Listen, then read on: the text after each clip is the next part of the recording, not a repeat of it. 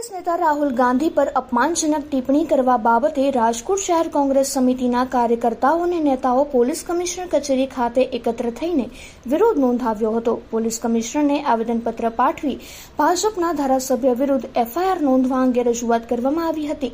થોડા દિવસો અગાઉ ભાજપના એક ધારાસભ્ય રવનીતસિંહ બિટ્ટુ દ્વારા લોકસભા વિપક્ષના નેતા રાહુલ ગાંધી વિરુદ્ધ ટિપ્પણી કરવામાં આવી હતી કે રાહુલ ગાંધીની જીભ કાપીને લાવનારને 11 લાખનું ઇનામ આપવામાં આવશે, જેને લઈને સમગ્ર દેશની અંદર કોંગ્રેસ પાર્ટીમાં આક્રોશ જોવા મળી રહ્યો છે।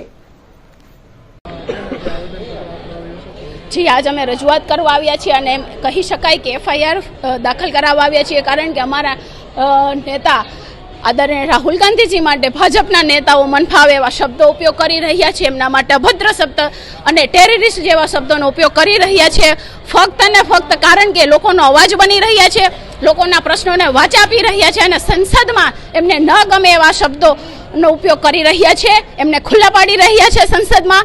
એમના માટે થઈને આ ભારતીય જનતા પાર્ટી મનફાવે એવા શબ્દો વાપરી રહી છે અને અમારા રાહુલજીને ટેરરિસ્ટ જેવા શબ્દોથી સંબોધી રહી છે, જે આજે અમે કોંગ્રેસ પક્ષ તરફથી કોઈ દિવસ સાખી ના લઈએ, કારણ કે એક લોકનેતા છે અને ભારત છે એ લોકશાહી દેશ છે, એમાં દરેકને વ્યક્તિગત રીતે પોતાના વિચારો અને પોતાની વાત રાખવાનો અધિકાર હોય છે, જે રાહુલજી કરતા હોય છે અને લોકોનો અવાજ બનીને આગળ આવતા હોય છે। ત્યારે ભારતીય જનતા પાર્ટી રાહુલ ગાંધીજીથી ડરી ગઈ હોય એવી રીતે વર્તન કરી રહી છે, એટલા માટે એમના માટે જેવા તેવા શબ્દો વાપરે છે અને એમના નેતાઓ પાસે જેવા તેવા શબ્દોનો ઉપયોગ કરાવે છે। એનાથી અમે આ વસ્તુઓ સાંખી નહીં લઈએ, એટલે સીપી સાહેબને અમે રજૂઆત કરવા આવ્યા છીએ। જો એમણે અમારી ફરિયાદ નહીં લીધી તો આનાથી પણ વધારે ઉગ્ર આંદોલન તરફ અમે જઈ શકીએ છીએ।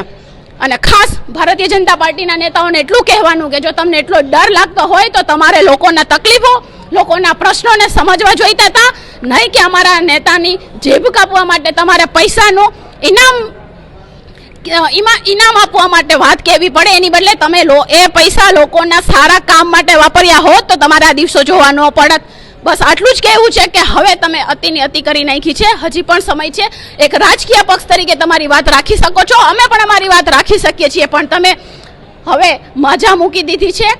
તમારે શરમ કરવી જોઈએ, એક રાજકીય પક્ષ તરીકે પણ તમને શરમ આવવી જોઈએ।